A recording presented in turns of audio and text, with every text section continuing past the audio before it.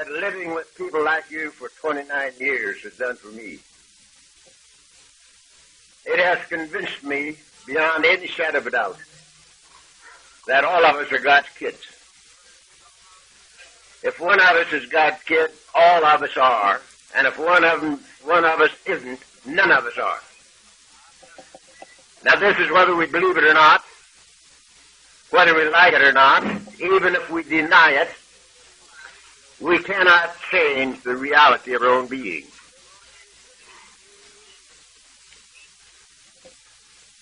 We're God's kids, all of them. And walking alone is not normal, is not natural. Most of us have walked alone for most of our lives. I walked alone for 43 years, wanting so badly to be a part of, and always a part from. That is not normal. To be away from the Father's house is not normal. It's just as natural as breathing to come home to the living God that made us. That's the normal state. Being away from home is not normal. So, our problem is conscious separation, and our answer is conscious unity. Now, I'm accused at sometimes of being a water walker.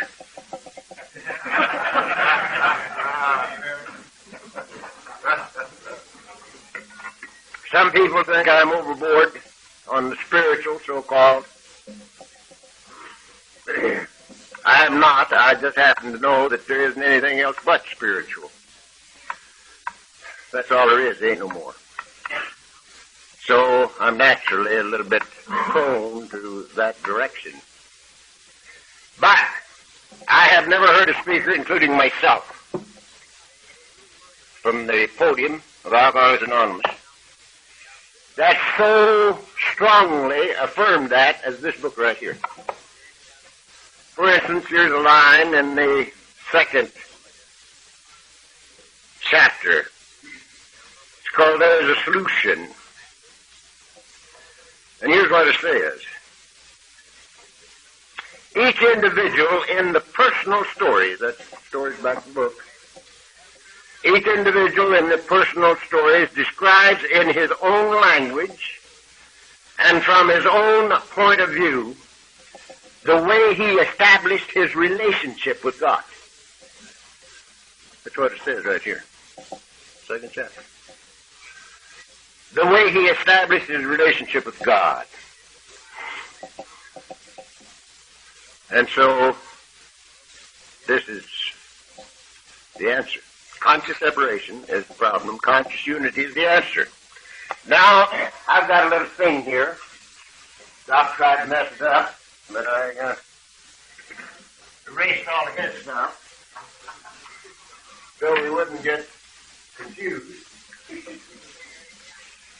Now, I don't know whether that thing will work with me over there or not. Maybe I'd better stay over here.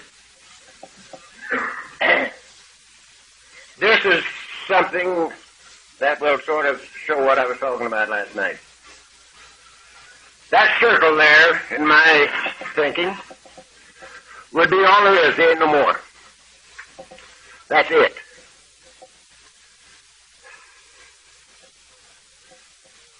Those three words, life, good, God, insofar as I'm concerned, are synonymous. They all mean the same thing. So that's it. That's all there is. There ain't no more. Here's the feeling of conscious separation from. And as we said last night, that's human ego. That's the only roadblock between you and me and God. And here am I, out in left field, all by myself. I spent 43 years out there. Now that's very real as an experience. But it is not reality. It is not reality. Now we said last night that this thing here could not be satisfied. So in surrender, that goes to the boards temporarily. Unfortunately, but I believe fortunately, it don't remain gone. We'll have to surrender forever. As far as I'm concerned, there'll never be a time when we won't have to continuously surrender. But when this is not there, this happens.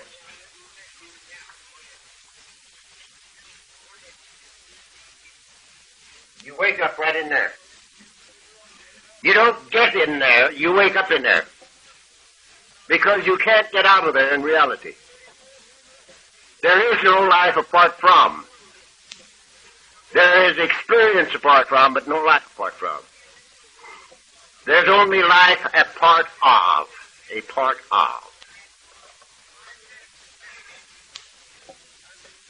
In Him we live and move and have our being.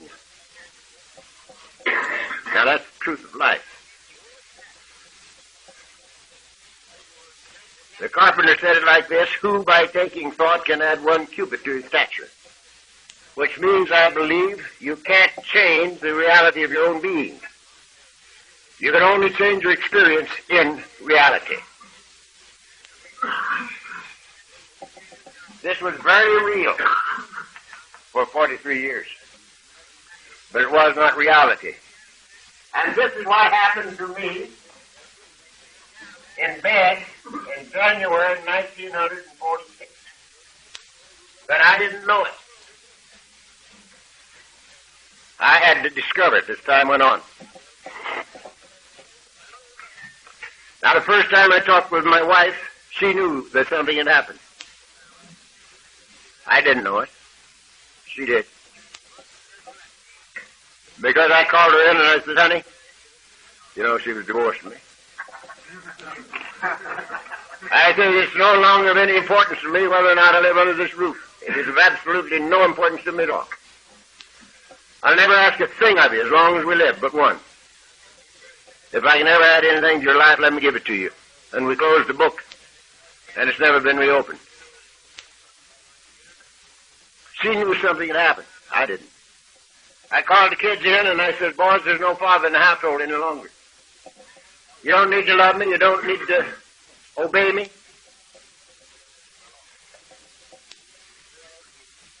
I never ask a thing of you as long as you live but one. If I ever have anything, be it money, counsel, or blood, that'll add to your life, let me give it to you. And we closed the book. And it's never been reopened. They were too young to know that something had happened. I went to the office before I ever got into an AA meeting. Because the man had done something very nice for me on the Friday before Christmas, 1945. He called me in and told me, instead of shooting me, he said, you've had a lot of trouble this year. Didn't mention booze. But he knew that I knew what he meant when he said trouble. And he says, being a non-alcoholic, he says, I think I know what's the matter with you. You're under too much pressure. And I'm going to take a little pressure off of you. So instead of shooting me, as he had every right to do, he gave me $3,000 for a Christmas present. The Friday before Christmas, 1945. If any of you have ever drunk any booze, you know that there's one thing that's worse for an alkie than bad fortune, and that's good fortune.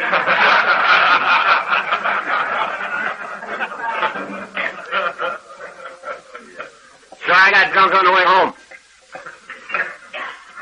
And I never showed up till last of January. And he'd missed me.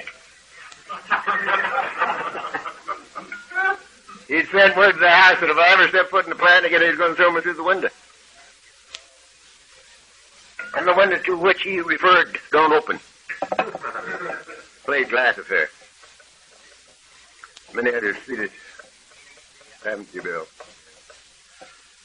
So, I was down there before I got into the first Alcoholics Anonymous meeting because I didn't know where to find you guys.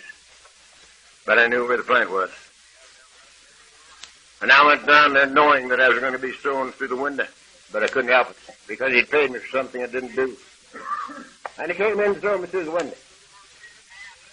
And I couldn't have defended myself with a shotgun because I was puny. I was not well. I just came off a 4-week blackout. Fortunately for me, I was on the phone when he came in. And he had a little time, so he took my drafting boards and stuff out of the way so he'd have a clear shot at the window. As soon as I hung up, the phone was his, and he was a frugal man. He didn't want to throw it through the window. But he got ready to throw me through. And I hung up the phone and started after me. I said, Victor, leave me alone. I don't work for you anymore. I'm down here to clean up this desk. I'm here to do the things you paid me for last year that I didn't do. And as soon as I get even with you, I'll get out of here on my own power, and you'll never owe me a penny as long as you live, but for God's sake, leave me alone. I've got to get even with you. Then he stopped in his tracks. And he says, what the hell's happened to you, Charlie? And I says, don't know. But he did. And he didn't throw me through the window. So, all of those people, and many of my clients, knew that something had happened to me a long time before I discovered it. I'd be sitting with a man at lunch, talking business with him.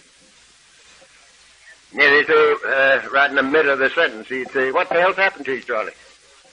I've known you for 25 years. And I don't know you. And I said, oh, no. And I didn't. But this is what happened. That thing was gone, and eventually I woke up in here. Now, there is no life apart from. There's only life apart of. So this becomes the whole human race.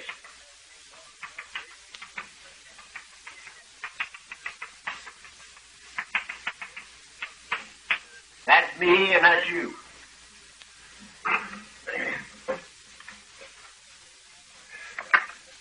The good book says God is life, and you and I are life. So God is that which I am, and God is that which you are.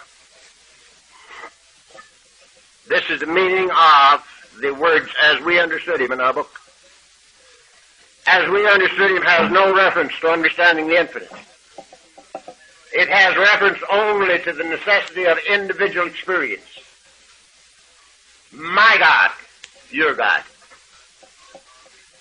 The necessity of individual experience. I hunted your God for 30 years before I got here. And I couldn't find him. And I came here not even looking for mine, and we found each other. So we have to find him where he is. And he's right here in me and right there in you. So we have to find our own. Now, although the man that ruined my blackboard here for a little bit raises hell with me for quoting, he says, I hate a man that quotes verses. And I said to him, that's because you don't know any verses.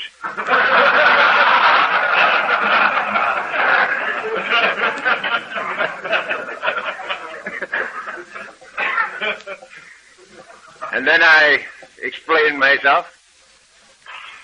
The only reason I ever quote verses is because some of those verses say things better than I can say them, that I want to say. That's all. Because everything I say from here is my own experience. Everything that I share with you from this podium has happened to me in my lifetime. The bad and the good has happened to me in my lifetime. But there's some verses that I like. For instance, to explain this. Paul said this. He says, just as you have a body, and it's made up of many members, and all the members are different, and all the members have a different function, and yet they all go together to make up the one body. So are we all in Christ. That's what this is. It takes every member of the human race to make up the Christ. Christ is the second of the Trinity. God the Father, God the Son. And it takes us all to make up the Christ.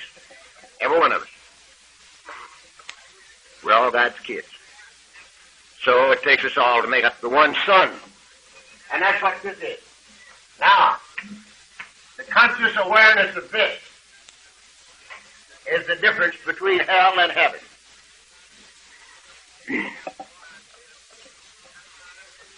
Being born out of conscious separation into conscious unity, I believe to be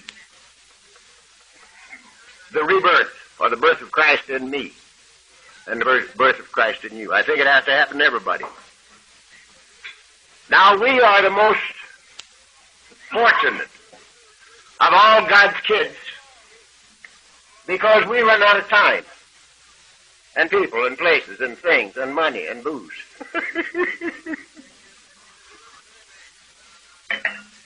And there's no place else to go. So we come to Alcoholics Anonymous for sobriety. And we do the things that people like you, drunks who are not drunk, tell us that they have done. And they're sober. And they say, if you want what we got, do these things. And we want. And we do them for sobriety. And a lot of things happen to us. We get sober. But all the related disorders disappear also. I have a fetish on this because we have so many experts now in related disorders, it's a little difficult to get anybody to talk to a drunk. I got to share this with you because I can't keep it. I shouldn't ever tell anybody because I had no business doing it. I called on a person in the hospital where they have an alcoholic rehabilitation thing or a fixing up deal. And this guy wasn't in that. He's an alkie. But he was in there for other physical troubles. And I visited with him a while and was going out, and I went through the alcoholic deal. And they said, why don't you go and visit the therapy section? We're having a therapeutic deal going on in here. Why don't you go visit it? They recognized me. And I said, don't care if I do. So they took me in. And here was the therapist, one of us, who was, close the door. Good morning, gentlemen. Where's a couple of seats? Here you are.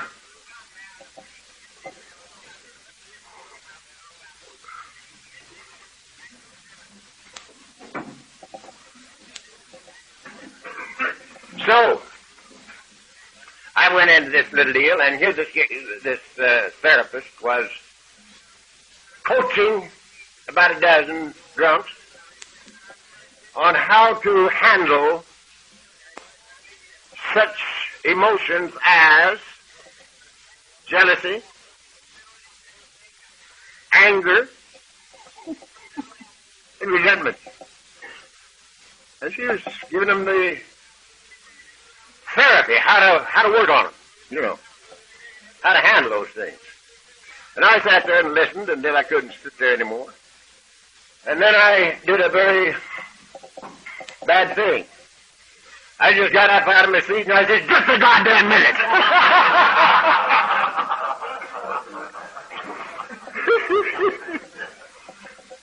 I said, what makes you think that you can handle emotions like jealousy and anger and resentment? I said, if we could have handled those things, we'd have handled them 20 years ago. There's no way that you can handle a thing like that. You got to get rid of it. You got to get rid of it. They're children of the ego. They are obsessions of the mind. And the only way to get rid of them is to get rid of the human ego. In surrender. And then I remembered that I wasn't supposed to be there, and I walked out. Before I got thrown out. They haven't asked me back yet. So this is this being born out of conscious separation into conscious union, I believe to be the thing that happens that they told us had to happen to everybody. Says you must be born again. And we're so fortunate because we have to have an answer in order to survive. And it's quite a wonderful thing. Now,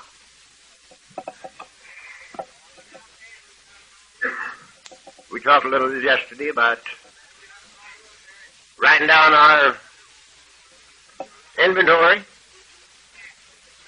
and sharing it and then giving it away. Giving it away. We're entirely ready to have God remove all these defects of character, humbly ask Him to remove our shortcomings. And that I believe to be the only way that we can get rid of them. The only way we can get rid of them. Now, I'm very simple. How do I know if I've given them away? If I haven't got them? Now, that beats you, doesn't it? If I've got them, I didn't give them away.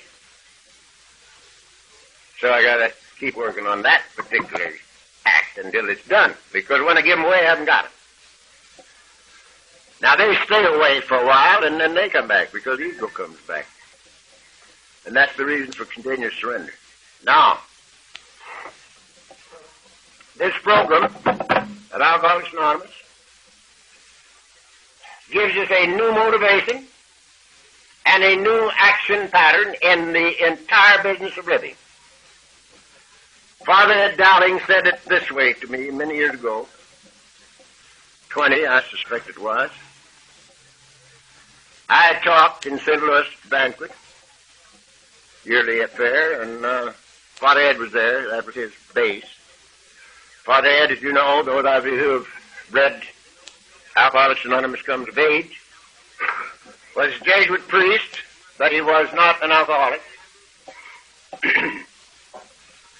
He was sort of in our program, or with us, from... I'm a big chipper, son. Keep it filled. I'm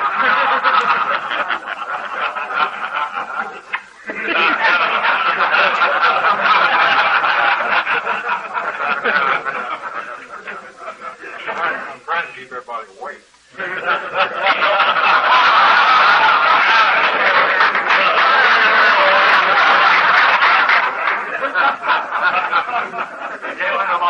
He slept through last night's affair, so he's trying to keep awake himself.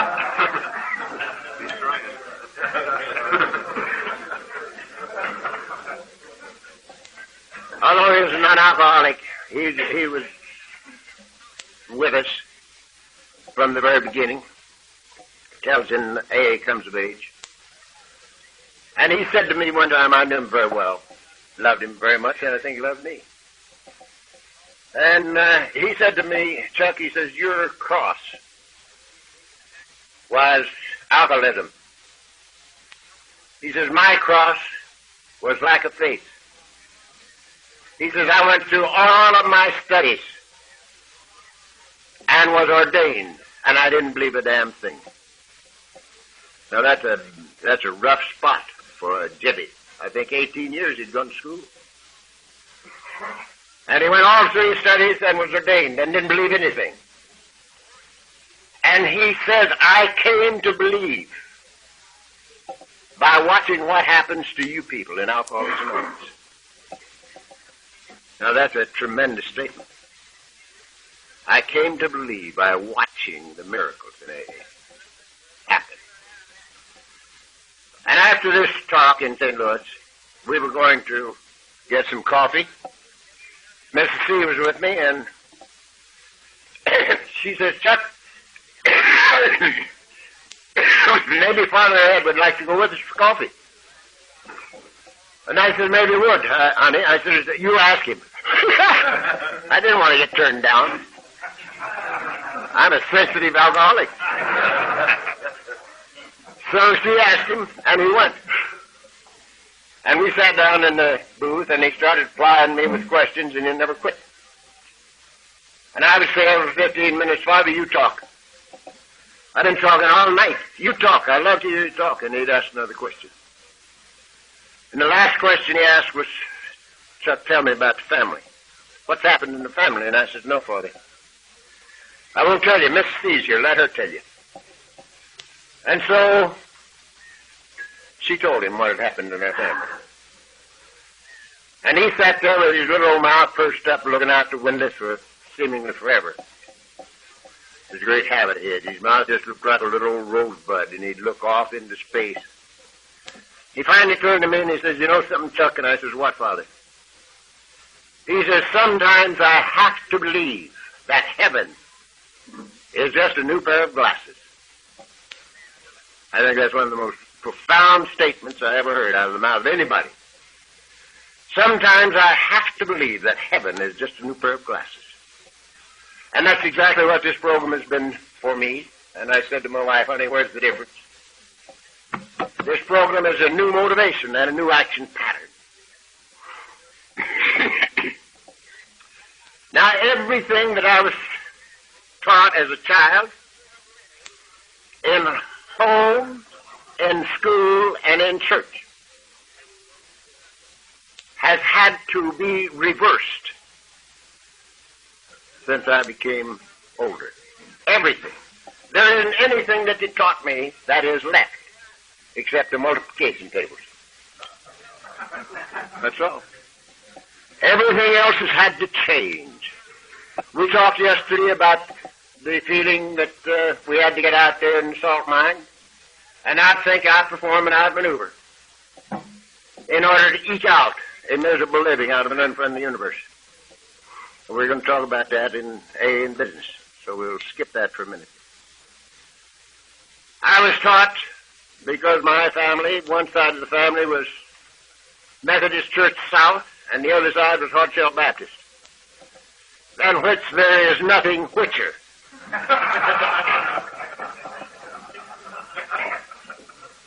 And we were taught that everything that happened to you had to happen between the cradle and the grave. That there's only one thing important in life. Life was not worth very much. This veil of tears, they called it. But the only thing that this life was good for was to prepare for death. Death is a big thing, and all your rewards come when you get to heaven. Or if you don't make it, in hell. Hell, fire, and brimstone. Now, they taught us that we had to merit, to earn, to be worthy of the grace of God. That had to be reversed. You see, if we had to merit, be worthy of, earn the grace of God, the first alcoholic would not have gotten sober. Bill W. was an agnostic. And when Eddie talked to him, when he got down to the God part, Bill removed his hearing aid and got a little bit more involved in his gin. He was drinking a bit of gin that Eddie had refused. Because when Eddie talked with God, Eddie had found sobriety in the Oxford movement. And they also had a God of their own. That's where, as we understood him, came from, out of the Oxford movement. And Jim Burwell. And he went ahead drinking his gin, and the first thing you know, he's back in town hospital. And he heard Dr. Silkworth, and he is the only one of that first gang that I never knew, and I'm very, very unhappy about that because he lived a long time after I got the program. I never met Silky, but he must have been a hell of a guy. And Bill heard Silkworth telling Lois, Bill's wife, that the only thing she could do was to make his life as comfortable as she could, because 6 months is all he had. And at the end of 6 months, she'd either have to bury him or lock him up. Permanent insanity.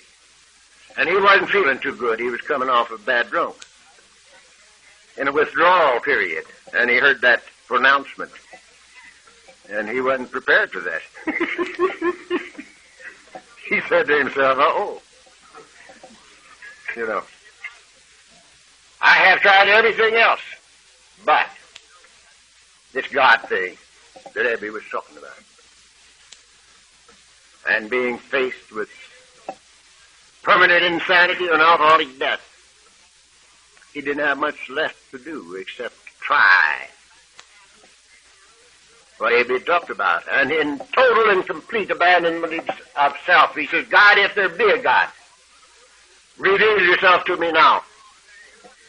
And whambo, it happened like that. He acquired experience not unknown to many of us.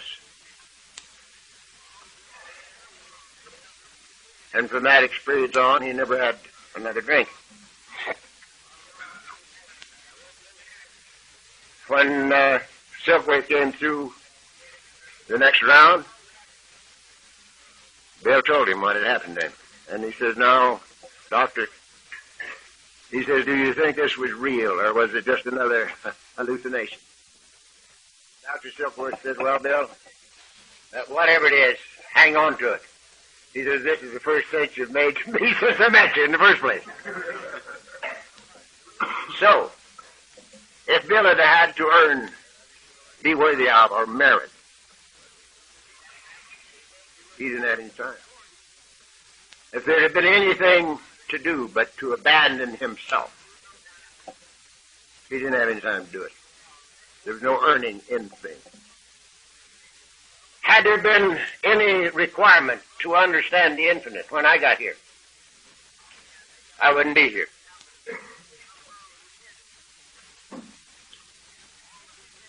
I had used every resource I had, and I had lost. And I said to myself, if I ever live to get out of this bed, I'll find AA. And from that second until now, I haven't had to have a drink or a pill. Just to become willing to come here was the key in my case. And there was no earning or being worthy of or meriting anything. And I had lived to be about 65 before I realized that the very word grace, the meaning of the word grace is a free gift. A free gift. And there's no way that any of us can earn a free gift. Now, a little thing that is most important to me. When I discovered that I was sober, I started to try to do something about step 11. And it said sought prayer and meditation. And I thought I was going to have to prayer and meditate. And I had me a Grand Central Head. My Grand Central Head didn't leave early. A Grand Central Head is when 10,000 things are going through your mind at the same time. And you can't hold a thought for a split second. But I knew I had to prayer and meditate, because it said here, thought through prayer and meditation. And I'm gritting my teeth, sitting in the same chair I sit in right now. Try and meditate. It was a mess. But 2 verses popped through my head. Pardon me, doctor.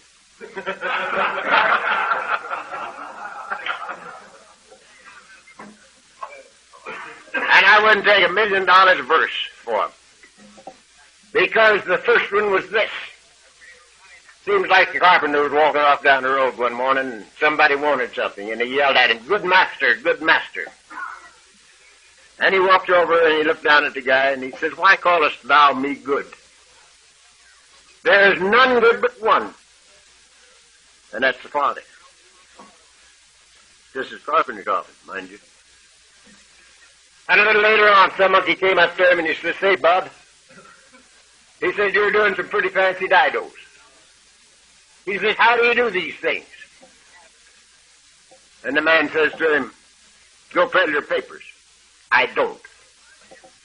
Of myself I can do nothing. It's the Father within. He doeth the works.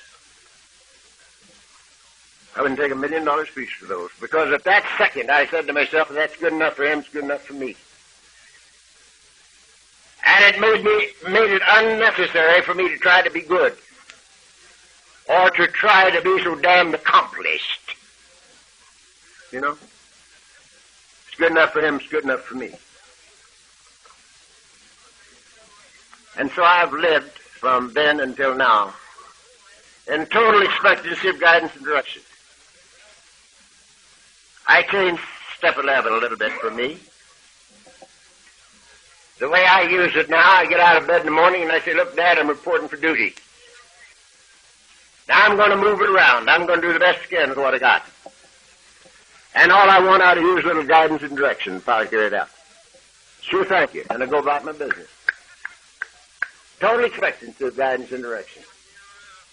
This in business, play, AA, home, the works. And I get it. And people say to me, how do you know? And I've got the simplest yardstick in the world on that, too. I never had it so good. This is the only easy life I've ever known, the only good life that's ever been mine in my entire lifetime. And that's all the yardstick I need. The next thing that they say to me is, I pray for knowledge of His will for me and fire carry it out. I think I get direction, but how do I know whether it's my will or His will? And that's a good question. And I have the simplest answer in the world for that, for me.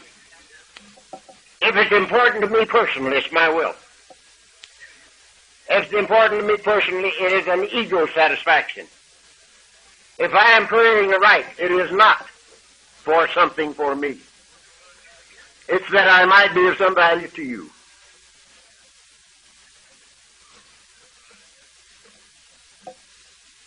Now, you might think, well, you call this a retreat. Why aren't you opening and closing these meetings with a prayer? Because every one of these meetings is a prayer as far as I'm concerned. Insofar as I'm able to perceive, every serious thought is a prayer. Even worry is a prayer for something you don't want to happen. Anticipatory anxiety tends to create the thing you're afraid of. Actually creates it. Old Job says, lo, that which I feared has come upon me.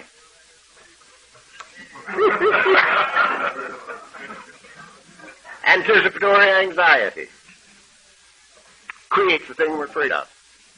Now, before we go any further, I've got to tell you that I do not believe in a capricious God. I do not believe in a God of judgments, punishments, and rewards. I don't believe it. Now, many of you do. I do not. And I'm going to tell you why I don't. Number one, if there was anything other than God,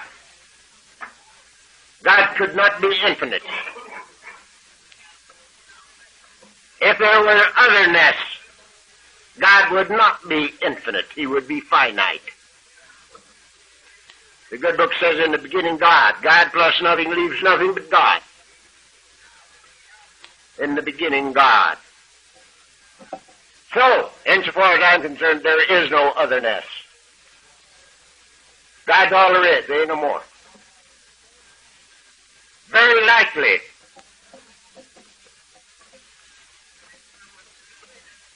the process of creation is something like this.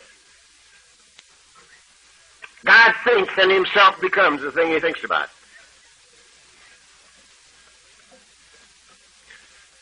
You remember the little boy said to the teacher, where'd God stand when he created the earth? That's a hell of a good question, isn't it? Where'd he stand when he created the earth? He couldn't have stood on a bowl of mud out of the Mississippi River. He hadn't made the Mississippi River yet. So, he didn't have to stand. God thinks and himself becomes the thing he thinks about. The universe to me, the entire universe, with all its galaxies.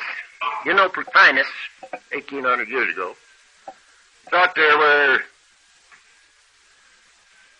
I think, about 1,120 stars in the universe. He counted them with these little telescopes. Galileo, a little while later, he thought there were 5,000 stars. Presently, they say there is an infinite number of galaxies. An infinite number of galaxies. So,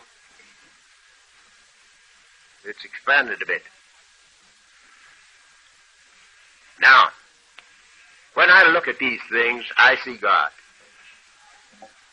The body of God is creation, just as you have a body. And people see it and say, there's no Keith. That is no Keith at all. That's where Keith lives. When Keith moves out, that body goes back to the elements that make the mountain and the molehill. Same thing. So your body is just as real as it's supposed to be. Creation is just as real as it's supposed to be. In a state of constant flux. This is the reason that Einstein said energy and mass are equal, identical, and interchangeable. This is the reason that Carpenter said, that which is made is not made of that which doth appear.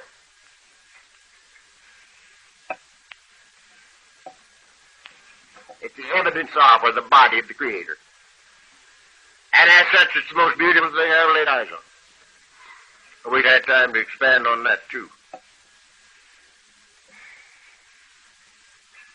Beautiful thing. Now, you and I duplicate God in our little world. We think and ourselves become the thing we think about. For instance, something you and I know a little bit about is drinking whiskey and muscadoodle and old Panther. I broke in on White Lightning, 146 proof. From that up to 169. Real good. You drank it out of a fruit jar. It's nice. You get it.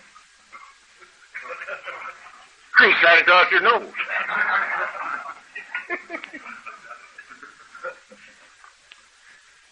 Take a big slug of that and just... Gee, that's good. But it got the job done. So, we think in ourselves become the things we think about. After a while, every alky looks like every other alky. Every one of us look just alike. We get a cauliflower, purple one, on the end of her nose. All of our wiring is exposed. And we get a little bean belly sticking out, you know. Every one of us look just alike. You see, there's the goat. There's an alky, you know. Every gourmet looks just alike. They get fat, roly-poly. Get very nice disposition because they can't whip nobody.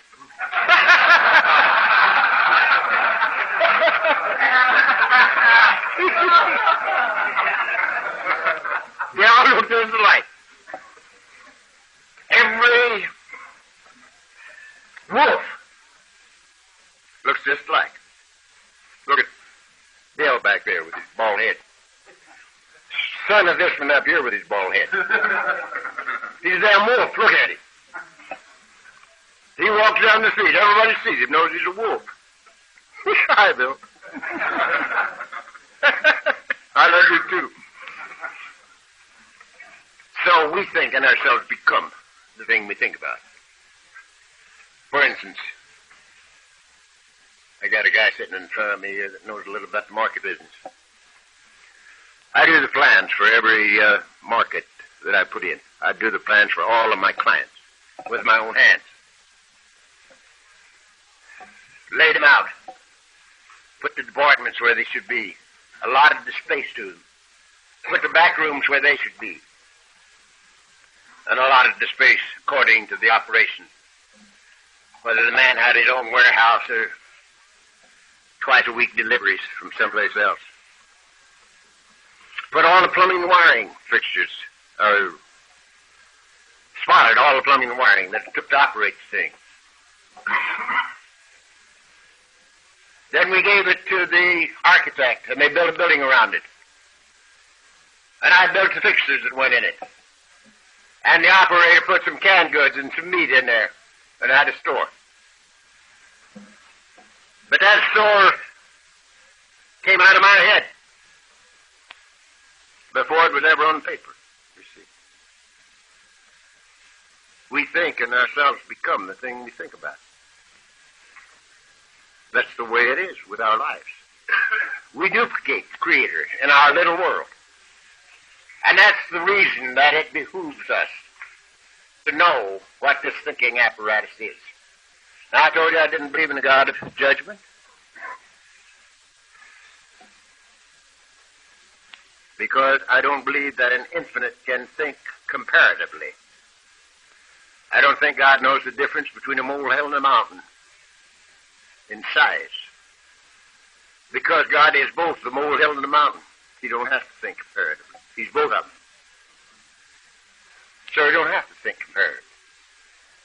To compare, there has to be otherness. You hear me? Okay.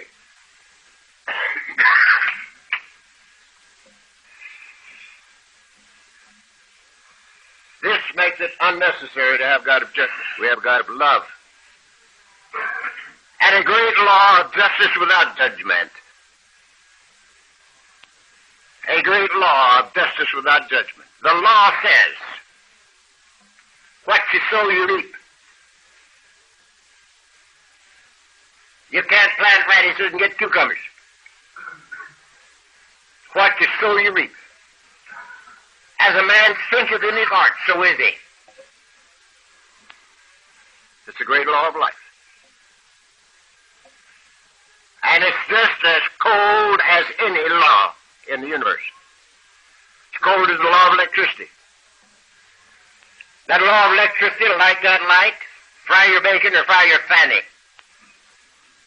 And it's just as comfortable frying your fanny as it is lighting that light. It's the nature of the law. The nature of the law of life is that if I pour in slop, I get back slop. And it's just as comfortable giving me back slop as it is giving me back love. Now, I taught that law 40 years ago. And I thought people could live by it, but you can't. If you're an alky, you can't live by it. You know what? You know you can't plant radishes and get cucumbers. So you know that you got to do a little controlling job on your thinking. But you can't live by it. You got to have some heat. Where did the heat come from? There were two pillars in front of the Temple of Solomon. They were called Jachin and Boaz. You had to walk between those pillars to get into the temple, the Holy of Holies. Jachin and Boaz. Now that means law and love. Law and love. And the ancients put it like this. On the one hand, all is law.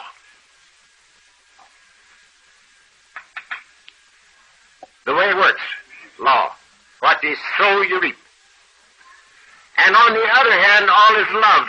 And love is the fulfillment of the law. Love is the fulfillment of the law. Now what does that mean? That means sooner or later, you and I can have only one motivation for any act whatsoever. And that's love. The only reason for doing anything is because you love it, for free and for fun. That's work, play, AA, home, the works. Love is the fulfillment of the law. Now what does it mean?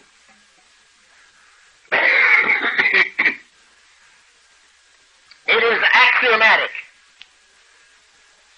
that if the only thing I pour into life is love, the only thing the law can give me back is love.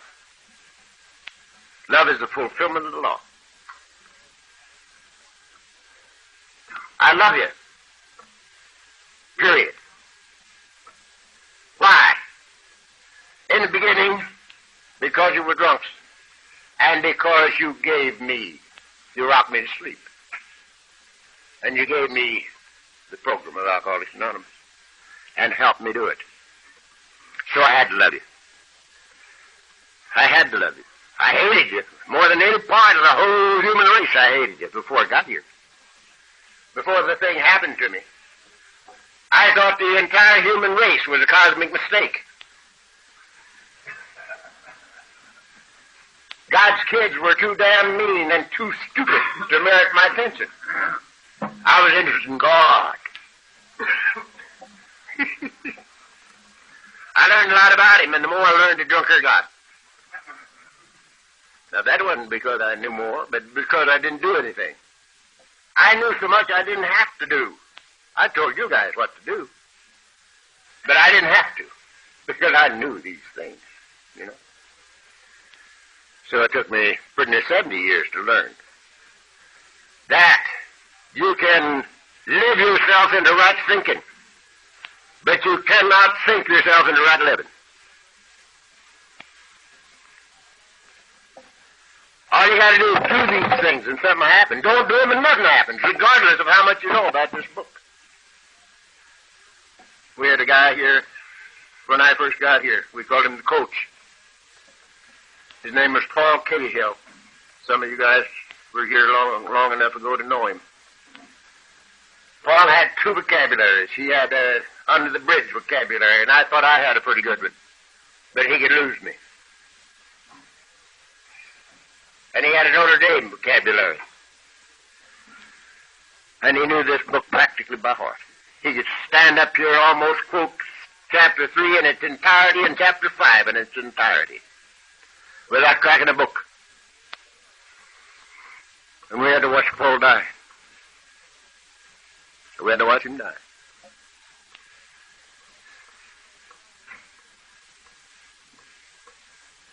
He came to me just about, he came to our meeting, Beverly Hills, just a short time before he left us. And he fell on my neck and cried like a baby. And he says, Chuck, look at you and look at me. And he says, just think, I was going to throw you out of my own house when you came to see me. And he had to die. Because he forgot to do these things. He knew them, but he didn't do them. So we can live ourselves into right thinking, but we can't think ourselves into right living. Now, I love you. It's none of my business what you think of me. It is none of my business. It's my business what I think of you. And I love you. Now, if you happen to love me back, it's a plus. So you can add to my life, but you can't take away. Did you hear me? Now, this is one of the greatest things that you ever heard tell of. You can add to my life, but you can't take away. And everybody that lives can add to my life, but you can't take away. Because I'm not trading with you. I love you, period. First, because you're drunk. Second, because I know who you are, whether you do or not. You're God's children, every one of you. And for that reason, I love you, if for no other. You see. Now I want to throw this in. What time do we start? Have I got half an hour? Good. I want to throw this in.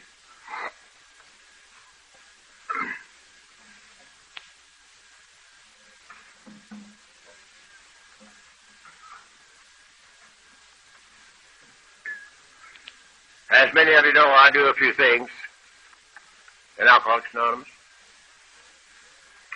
And I have been doing them for 29 years. Like maybe having 8 talks in a row. And I don't do it because I want to hear my voice. I've heard me before. And I don't do it because I want your applause, because I've had that before. The only reason I'm here is to share me with anybody who wants me to love. That's the only reason I'm here. And that's the only reason I can do what I do. If I was concerned about saving your souls, I wouldn't be here. Because if any of you have a lost soul, I wouldn't have the slightest idea where to look for it. Not the slightest. And I'm most certainly not here to make Christians out of you.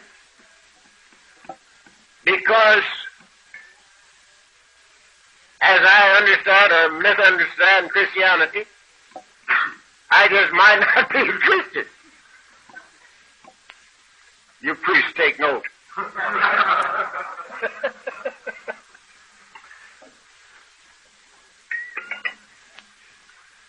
So,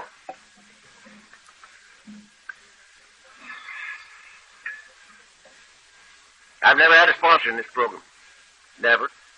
When I got here, I didn't know anything about a sponsor. And when I learned about a sponsor, I didn't figure that I was entitled to that much consideration from anybody. I never even asked many questions for a long time. I became an eavesdropper.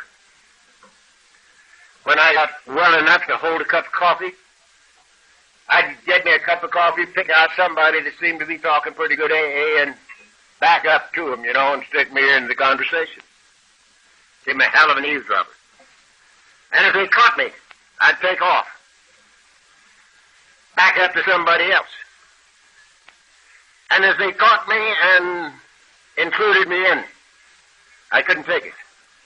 I couldn't believe it. I'd go out under the pepper trees and cry like a damn baby. And a little later on, when I might have been able to accept a sponsor, I had a few hundred of them. Everybody that I see in Alcoholics Anonymous is my sponsor. Those who are in the program and those who are not in it. Every one of them is my sponsor. I feel that every man is my teacher, some teaching me what to do and some teaching me what not to do. And I think the one that teaches me what not to do might be just as important as the one that teaches me what to do.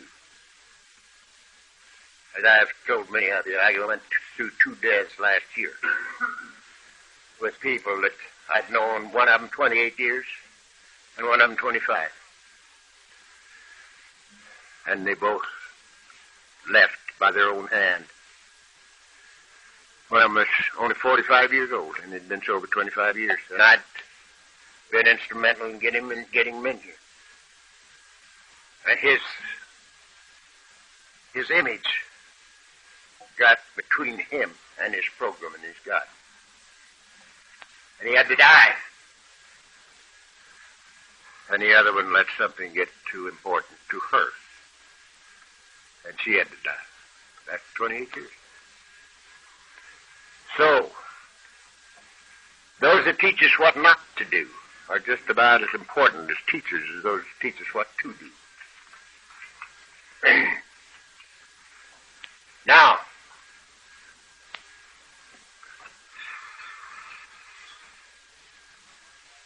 why does this law and love do away with the necessity for a God of judgment? It's quite possible, gentlemen, that the only bondage there is in this life is absolute freedom under law. Absolute freedom under law. For instance, there is no law of God or man that says I can't drink whiskey. You can't find a law that says I can't drink whiskey. And by the grace of God, through the miracle of AA, I have enough money in my pocket right now, if you won't tell anybody, to get us all drunk and keep us drunk for a little while without even going to the bank. I can do that. Why don't I drink whiskey? The priest says, you ought not. And I said, I don't know what you're talking about, son. I don't know what that means, you ought not. Who says I ought not? But I know what this means. I can't afford it. I cannot afford it. When I drink whiskey, it robs me of everything that I like about me and you and life. So I cannot afford it, so I don't drink it. There's no law of God in man that says I can't hate you. I can hate to be Jesus out of every one of you if I want to. No law says I can't. Why don't I? And again, the priest says you ought not. And again, I said, I don't know what you're talking about. But I know this, I can't afford it. Because whatever I pour in, I get back. And I've gotten back enough of that slop. I don't want any more of it, so don't do it. There's no law of God or man that says I can't judge you. I'm perfectly free to judge the hell out of you if I want to. And I'm very capable in those lives. For many years, I inventoried everybody that I ever knew and lots of people that were just walking by.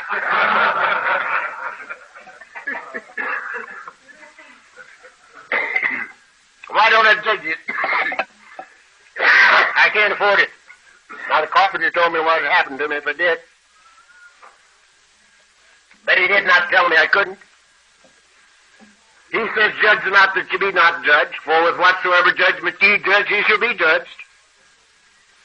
And with whatsoever measure ye meet, it'll be measured to you again, heaped up, pressed down, and running over. Now, that's what happens to me if I judge. But he didn't say you can't. If I'm willing to pay the penalty, I can do it. But I am not willing to pay the penalty. So I don't do it. No law of God in man that says I can't resent you. Why don't I? Can't afford it. Envy, can't afford it. So I don't do it. Because whatever I pour in, whatever I sow, I reap. The only bondage there is, perhaps, in this entire life is absolute freedom under law.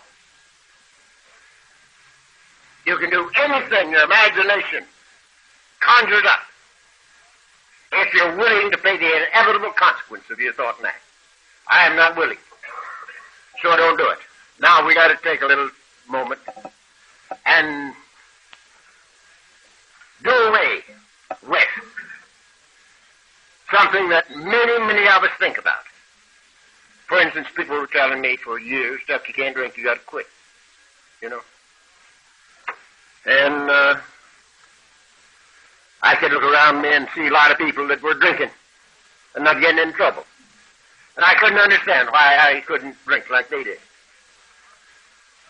And I sit up there in my room now, in that same chair, and I look down on the little town of Laguna Beach, and there are 15,100 people in Laguna Beach. The last count. And 15,000 of them can do things I can't do. And they're all God's kids. How come? They can eat a little and drink a little. Love a little and hate a little. Judge a little and resent a little. Lie a little and cheat a little. They're God's kids, same as I am. How come they can do that and I can't? Simply because as yet they have not run out of time. And there's another thing that they can do that you and I never could do. They can eat a little and drink a little. You and I never could do that. We have always figured that anything that was worth doing to excess. So, we ran out of time. They haven't run out of time yet. And it is my opinion that it doesn't make any difference to the universe when they run out of time. Whether it's now or 500 years from now, don't make any difference. Sooner or later, every one of us has to come back home to the living God made us. Because we're all God's kids. But the timing don't count with the universe. It counts with me. Life is pretty good living it with you guys. It ain't with a damn living out there in that jungle where I used to live. So that's the deal. So our motivation is to add to go about our Father's business, doing things for His kids that they need to have done because we want to. And that's what our 12 step tells us to do. Having had a spiritual awakening as the result of these steps, we tried to carry this message to alcoholics, to God's kids, and to practice these principles in all of our affairs with God's kids in every department of our lives. At home, in business, in play, in AA. And so, if our motivation is love, and we do these things for free and for fun, the only thing that the law can give us back is love. This is the motivation, this is the way it works. And it totally does away with the necessity of a God of judgment. It's built in. It's built in. Right there it is. What you sow, you reap. And a man thinketh in his heart, so is he. Now, I can go right down the middle of the road with a God of law and order, a God of love, a law of justice without judgment. I can go right down the middle of the road with that. But I can't go a foot with the God that they told me about when I was a kid. You see? They told me that God would take my kids away from me in death to punish me for my sins. I said when I was that hot, if there's a God like that, I'm going to get me a pitchfork and join with the devil. If I ever catch him, I'm going to stick that pitchfork through him. Because I could not accept a God of that kind. And I don't now. My insides wouldn't have it.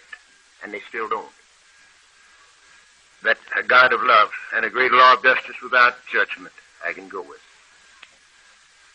It's a fantastic thing. I don't happen to believe in good or bad. I don't happen to believe in right or wrong. I don't happen to believe in two worlds. I believe in one world.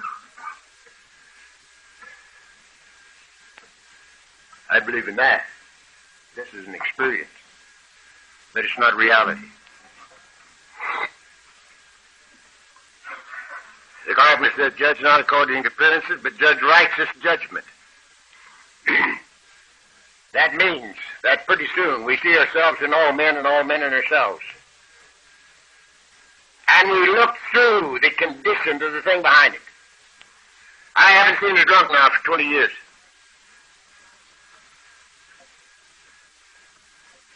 It's been 20 years since I've seen a drunk. And when I was in business, my plant was at 40th and Alameda. And every time I went downtown, if time permitted, I went to the head of 5th Street and drove west. It drew me like a magnet. And nearly every time I ever went into 5th Street, the Black Maria was just in front of me or just behind me. And I knew that Black Maria inside and out. I've ridden in her in chains. And all the boys on the street knew her, too. And they knew the rag pickers were sitting right there, going to pick them up. And here's the little wino, with his bottle in a brown paper bag, so nobody knows what he's got. There's nothing that looks so much like a bottle of wine in a brown paper bag as a bottle of wine in a brown paper bag. So he sees this rag picker coming, and he tries to get in the alley, and he goes flat on his ass about strike that. About 4 times running for the alley, but he don't break that bottle. He breaks his fatty, but he don't break that bottle. And he gets into the alley. And I say, thank God, because that's me. That's me, but with the grace of God. And I go on down the street, and here's the old boy in the doorway. It's July. And he's got on 2 overcoats. Black one and a gray one. And there he sits in the doorway, and his bottle's right out in the open, and it's half full. Red eye. And he's sitting there laughing and talking with his friends and having a hell of a time. His friends aren't there. And I can't hardly drive by him. I want to leave that car of mine right in the middle of 5th Street and go over and pick him up and set him on my lap. Because that's me, but for the grace of God. You see, I used to wear my overcoat in July. I used to meet the people, talk to them. They talked to me, and we had a hell of a time. They weren't around. One of the things that made the biggest impression on my family, I think, of all the things I did, drunk. There's many times we'd all be in the same living room, and I'd have company, and they wouldn't have any. They couldn't understand it.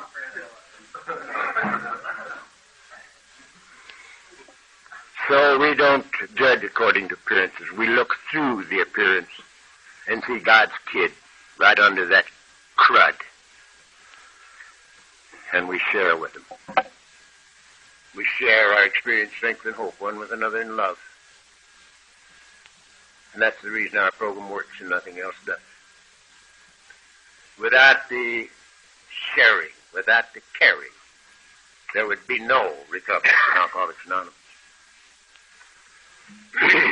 Now, I told you a little bit ago, it's my business what I think of you, and it's your business what you think of me. That is not my business unless you want to make it some of my business. It never concerns me. I never wonder, even. I don't have to because I love you. And love is a complete thing within itself. It's like virtue. When virtue recognizes itself as virtue, it immediately becomes vice. Virtue is its own reward. Love is its own reward. The fulfillment of the law. So, I don't have to wonder about it. Now, in personal relations, this has the greatest meaning on the face of the earth. Because, you see, all of us are God's kids. And all of us do what we have to do. Because all of us have obsessions of the mind. Now, in my early experience in Alcoholics Anonymous, I thought that obsessions of the mind were a part of my disease. But the earth people didn't have any right to them. You know, they're not alcoholics. Alcoholism is a disease of a twofold nature, a knowledge of the body coupled with an obsession of the mind. They ain't got no knowledge of the body, so they can't have the obsession of the mind. That was just for drunks. But in living a while, I had to come to see that we're all God's kids. And every one of us are doing the best we can according to our life. That is, according to our understanding. People don't do what they do because they want to, but because they have to. Just as I drank and you drank against my own will. We have to come to see that obsessions of the mind, whoever has them, are greater than the willpower. When the will and the imagination and or the emotions are in conflict, the emotions and the imagination always win. We drank against their own will. And so, people don't do what they do because they want to, but because they have to. The man never lived that disliked me enough to have to tear me down. The only reason that anybody tries to tear me down is to build himself up. And when we come to see this, people can't hurt us. There's no way that they can hurt us. When we know better, we do better. Now this fools a lot of people. Because they think, because they know these things intellectually. They know them. They don't. I knew everything I know now that is of consequence in my life 40 years ago. Except one thing. the disease of alcoholism. I didn't know anything about that.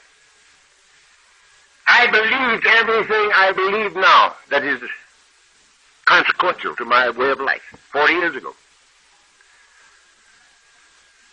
I was born believing in God. I never got drunk enough not to believe in God. A belief in God's good, but it's not good enough.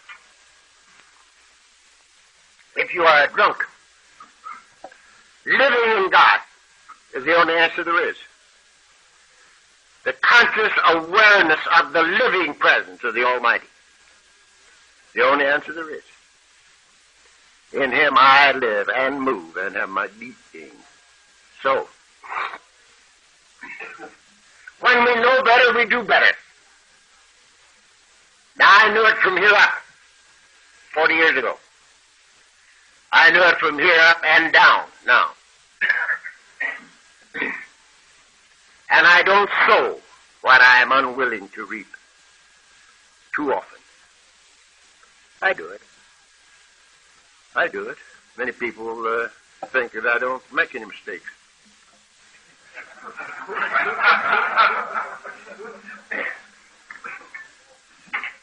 Once I thought I was wrong, but I was mistaken there.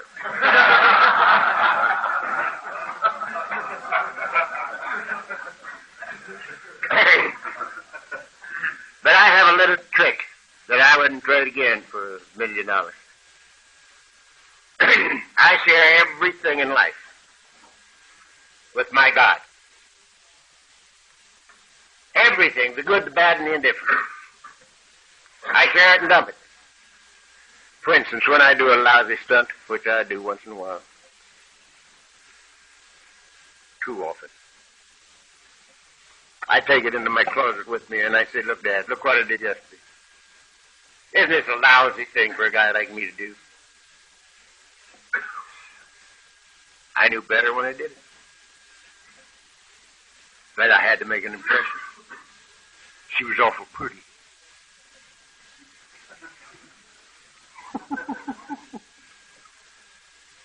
Now, I don't like it, and you don't like it. And I'm going to do better, and with your help, I'll do a lot better, sure, thank you. And I dump it and never pick it up again. And when the good thing happens, I do the same thing with it. I say, look, Father, isn't this beautiful? It couldn't happen to a bum like me, but it did. And I know where it came from. Sure, thank you. And I dump that. I think it's just as tough on us to try to carry the so-called good as the so-called bad. We don't need either one of them, because this life should be spontaneous. We don't need any impediments. Get rid of the whole business and start each day anew, with no yesterdays and no tomorrow. Spontaneous life.